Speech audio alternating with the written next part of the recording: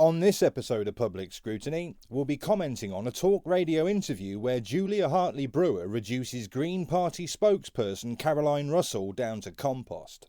But before that, being sort of new to YouTube, I'm still learning how to do things. Asking for likes and subscribers at the start of a video seemed counterintuitive, as you'd not seen the video at that point. Plus, I'm too much of an introvert to promote myself, but I think I've figured out a way around it. If you do enjoy this video, and you like the content generally, please consider giving it a like and subscribing, as it would really help this channel to grow. And also, let me know what you think, good or bad, in the comments section below. I read every one. And with that, I hope you enjoy the video. Cheers.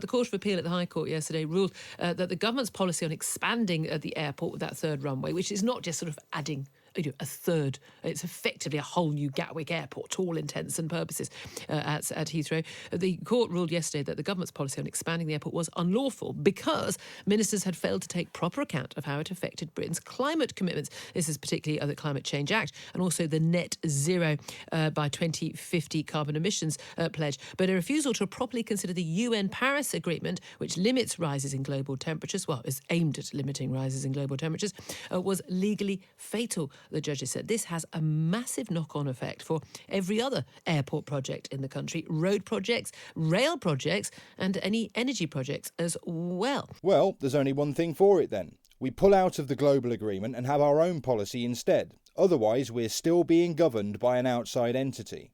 I like Julia Hartley Brewer, just saying. Government said it would accept the ruling. It's still not known yet whether or not Heathrow will decide to actually appeal that decision, although very likely that they will. Well, we'll get the thoughts of Dave Chorn and Russell Quirk on that in just a couple of moments. First up, though, let's talk to Caroline Russell, who's London Assembly member and transport spokeswoman for the Green Party. Good morning to you, Caroline.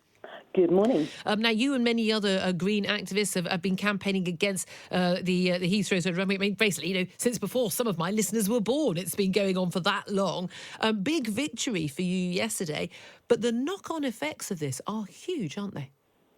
Well, I think it is a massive victory, and the expansion at Heathrow. I mean, Londoners have been campaigning against that on so many grounds, on noise grounds, on air pollution grounds. People being overflown by planes, waking them up at night very early in the morning. Yeah, well, I reckon it's bang out of order that nobody told them that their house was on the flight path to an airport. Oh, that's right. They would have known that when they moved in. So what kind of an idiot buys a house under a flight path to an airport and then moans about the noise of aeroplanes? So there are lots of reasons why Londoners are not keen on expanding Heathrow Airport. Well, can I clarify? Some Londoners are very keen on it, particularly the local boroughs are closest to Heathrow. They're actually very much in favour of it because of the extra jobs. Well, can I just say, I mean, in the London Assembly, every single political party is against Heathrow expansion. Yeah, but our political parties were also against the idea of us leaving the EU. It turned out that it was the politicians who were at odds with the public on that one. And besides, Julia was seeking a clarification regarding the people not wanting it, and you answered her by saying that politicians in the London Assembly were against it. As our representatives, you're not there to have your own opinions, you're there to represent the opinions of those who elected you. When you have your own opinions, you lot end up in a bubble completely disconnected from those you're there to represent. So? Because of the impact on Londoners, that includes the people who were UKIP, it includes the Conservatives, Labour, the Lib Dem and the two Greens. So it's not that odd a position to take. And in terms of climate change, we're currently seeing the impacts of changing weather, of more extreme weather all across the country. Your intro at just around the news, there was a whole thing about more flooding happening and the worries about this new storm that's coming and whether it's going to impact those flood-hit communities. Yeah. The impacts of climate change are really having... Sorry, the storm... No. So sorry. Caroline, my darling, the current storms and the current flooding we've got have got nothing to do with climate change. They're to do with the jet stream and the Arctic vortex. Oh, come on, Julia, play fair. There's no need to bring facts into it. Do you not understand these things? I thought you're a Green Party campaigner. Surely this is stuff you should know is your bread and butter. The point is... No, you do accept that, don't you? No, you've just made... No, Caroline, you've just... ...are going to be more frequent if you have climate change. The IPCC latest report, last report on that, said there was I think it was low, what was the phrase he used? Not low probability, but low expectation that was actually the case. There is no direct correlation, and there's no proven causation between those things. We've actually not seen an increase in extreme weather around the world, whether it be droughts or flooding. We just see it in different parts of the world. It is different, and we're more aware of it because we have 24/7 TV news now. But look, let's just go back. Let's go back and talk. You must have heard the communities around Worcester and Shrewsbury explaining how they never have had floods like this. They have had floods like this before. I've lost count of the amount of times that the River Severn has burst its banks. I remember it happening a lot, though. A record-breaking flood. Caroline, they have had floods like this before. They have. They haven't had them with the frequency and the intensity, and that's the point about climate breakdown. That's a new one. It's not just changing now, it's breaking down. Soon there won't be any climate left at all. As soon as I hear people attaching scary terminology to things, a red flag goes up. They are selling the fear of a changing climate. If they have to do stuff like that in order to get your support, they are trying to scare you into accepting what they say. It's not acting in good faith. This extreme weather is becoming more common and more frequent. Okay. And so it's not. But it. I'm sorry to keep throwing facts at you. I know this is going to be throwing you. But okay, let's come back to the implications of this on major infrastructure projects. Now we've got HS2 going ahead, something which I definitely disapprove of, because I think it's just not good value for money economically for this country. But even a project like HS2, which is rail travel, which Greens are supposed to be in favour of, as opposed to as opposed to road or air travel. Even that could be hit under this Court of Appeal ruling yesterday, which would suggest that anything that contributes to more carbon emissions could be ruled unlawful under the current terms on which the government is allowed, within its own terms now, to behave. Yeah, so now you start to see how much control this takes away from our own government. How do we rebuild our country if every time we attempt to do something, a court case happens and a judge rules whatever it is unlawful? One of our own judges. As I said earlier, we need to ditch those treaties ASAP. We've got China. By 2025, China is planning to build 137 whole new airports. Now, I'm not saying we want to be like China. It's a totalitarian state. They don't care about things like planning permission or pollution and things like that. But there must be some middle ground between, insisting, for instance, on quieter aeroplanes, on fewer emissions, on limiting the times, and which could be done around a Heathrow third runway, that would allow us the economic expansion that would entail, and the economic boom and the jobs, but wouldn't have such a major impact on pollution. I think the thing is, what we have to do is rethink our economy completely. Business as usual is over. Rethink our entire economy? This sounds like she's pushing the Green New Deal. That's another red flag. I've heard it being pushed by so many politicians, including Rebecca Long-Bailey, who bravely or stupidly said that she created it, when in actual fact it's coming from entities of global control. That's why there'll be no middle ground. They are there to push it in its existing form. But it's all good. Every one of those who push it identify themselves as being global government lackeys. They're not working for us, we just pay their wages. And we have to get on and invest in the renewable energy, the things that are going to make people's lives better, make their homes more affordable for heat by having better insulation. There is a massive task to be done to actually improve everyone's homes, to make sure that we've got low-carbon transport options. That's going to create jobs. That's going to create a whole new economy. And that's the stuff that we should be doing. She said a moment ago that we should rethink our entire economy. Business as usual is over. What happens to all the current jobs if business as usual is over? I don't doubt that new jobs would be created, but as usual with those on the left, they sell you the idea of a utopia, but they never mention the destruction to our existing way of life which would be needed to achieve it. Again, a massive red flag for me.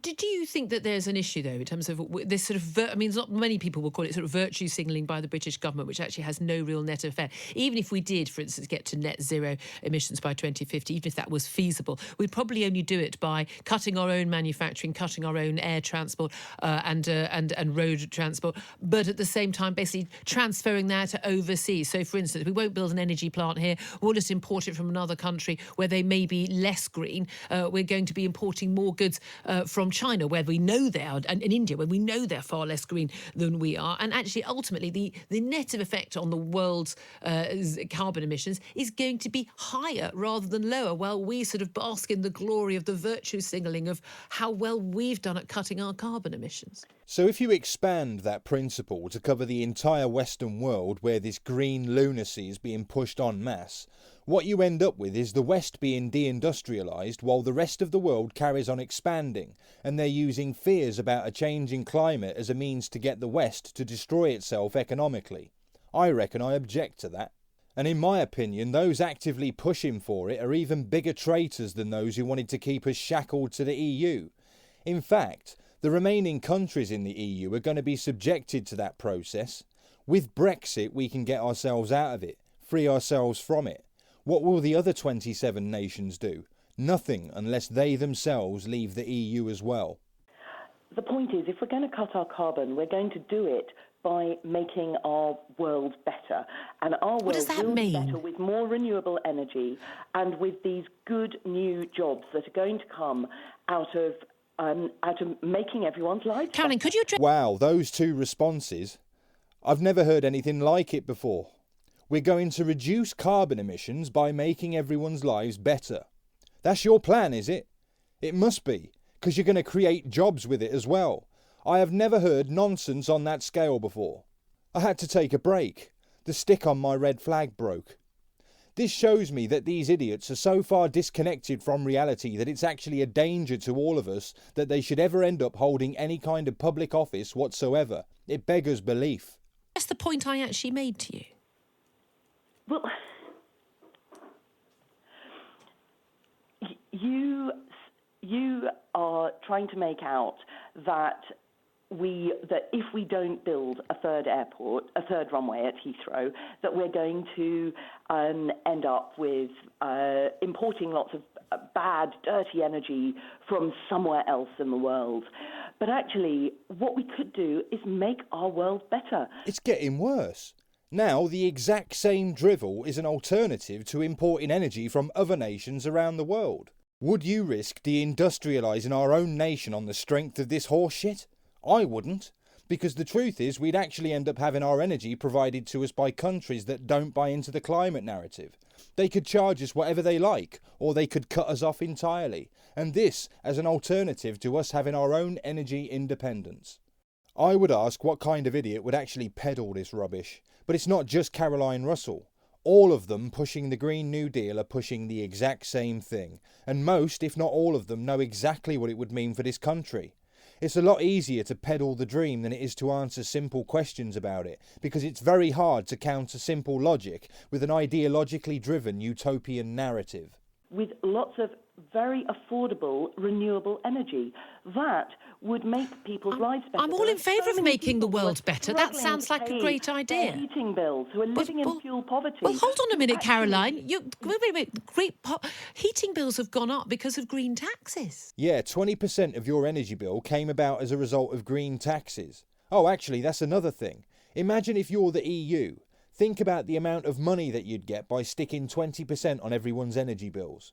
Astronomical amounts of money. But now consider this. Green taxes can be applied not just to energy, but to everything else as well. And they'll go up even more because of more green taxes. When you start taking away people's gas boilers and people have to have far more expensive electricity heating boilers, that's going to put their bills up. Not if their homes have been properly insulated. No, it's nothing to do with insulation. The cost of the energy is higher. Here's a radical idea. Keep the green taxes on energy for 2 years and use the money to insulate everyone's home. Once that's done, get rid of the tax, and that way our energy bills will be cheaper and our homes will be insulated, instead of us paying over the odds year on year to God knows who for no good reason. If we're going to tackle the climate emergency, we have a mission focus. We will have to have a mission focus on sorting all this stuff out. Can I bring you back to the question I've asked you now? If it is the case, so say for instance, so we don't have the third runway at Heathrow, but then those flights just go through Schiphol or another airport. Those flights are still going to happen. If we want to get an international flight to somewhere which relatively obscure in China, that we're going to have to get a flight and do a connecting flight using far more carbon, far more energy. And the same for the transport links, the cargo links. If we're not going to be able to build energy plants, we are going to have to import it from elsewhere. If we're not going to manufacture things here, we are going to import them from elsewhere. I mean, we can want a better world. I mean, we are the world, we are the children. Yeah, absolutely, we're all in favour of that. But in terms of the practicalities, I love the separation of reality from the dream there. What you're talking about is us basically virtue signalling about how great we are, while at the same time actually creating probably a bigger carbon footprint around the world. Do you not accept that? Don't you think it's important that a country like the United Kingdom, Caroline, place like the UK, that we are doing absolutely everything we can to protect future generations? And could you please answer the point I've made? I mean, if you want to say, yes, it's OK, we are going to actually cause greater carbon emissions in other countries, but in return we're going to be a world leader on this in the UK. I mean, I think that's a strange position to take, but at least it would be an honest position. Do you accept that my point is valid, or do you think my point is invalid? Well, personally, rather than build, I mean, you're saying, oh dear, this judgment means we can't build pretty much anything. More dirty power stations. I don't remember Julia saying that. Besides, it also means we couldn't build nuclear power stations either, or much else. Well, actually, we need to be investing in the renewable energy that will actually deliver energy and not make our carbon wind and emissions solar worse. power is a tiny percentage of our energy needs at the current time. You can't produce steel using solar and energy. I mean, you in the Green Party, you're opposed to fracking, which is the cleaner and fossil fuel energy. You're opposed to nuclear power, which is a very clean energy. Could you just? I mean, we're running over time, but would you be very kind and answer my point? Do you accept that the policies that you want to clean up our carbon emissions in the UK may actually overall have a net effect of increasing carbon emissions around the world? Do you accept that or not? If we're importing from around the world, transportation would use energy that would not be used if we had our own manufacturing base. Likewise, with our own energy supply, there would be no additional energy use, and it would be our own private resource. It's a no-brainer. No, I don't. You don't accept that. We have to create good, clean energy in this country, and we can do it. And how are we going to do it? How are we going to power our steel manufacturing and everything from solar and wind? There's wind power. What percentage of our power currently is produced from wind? This is your area of expertise. That tells me that every single day. Why doesn't she know it herself? Why does she have to be told the percentage every single day? Is her memory really that bad? Green Party spokesman Caroline Russell, ladies and gents. Roughly, not to 1%. Within the nearest, no. There's a Twitter feed you can follow, Julia. Caroline, this is your. Is produced every hour of the day. I'm not asking within a point of percentage. Within 10 percentage points, what percentage of our current energy needs are produced by solar and wind? Roughly. Literally varies. Yeah. It literally varies. It's a point worth making, isn't it? Hour. So roughly over the year, roughly within 10 percentage points. It's I am. I'll wait while you Google it. It's okay. I am literally scrolling through Twitter trying to find this lovely Twitter feed, which I will send to you afterwards. The idea is that Julia asks you questions on behalf of the audience. It's of no use whatsoever for you to send the Twitter link to Julia after the interview has ended. And anyway, the answer is that you can't run a steel plant using wind and solar, especially now in winter, as aside from the odd storm, there isn't enough sun or wind to make wind and solar a viable alternative to what we have now. Only you want to get rid of what we currently have and replace it with wind and solar. But with all due respect, you are a transport spokeswoman for the Green Party in London. This is your bread and butter. I mean, it's a tiny it's a small percentage of electricity, and electricity is only 30% of our energy needs in this country. So it's a very, very low percentage of our energy needs in this country that are produced by solar power. Do you really think that by 2050 we are going to be able to produce all of our energy? I mean, it'd be great if we could. But do you really think we're going to be able to do that by 2050 without having to import it from another country? So you're opposed to the energy being produced here in any other way? What I'm saying is we need to be, rather than investing in more dirty energy, we need to be investing in cleaner energy. And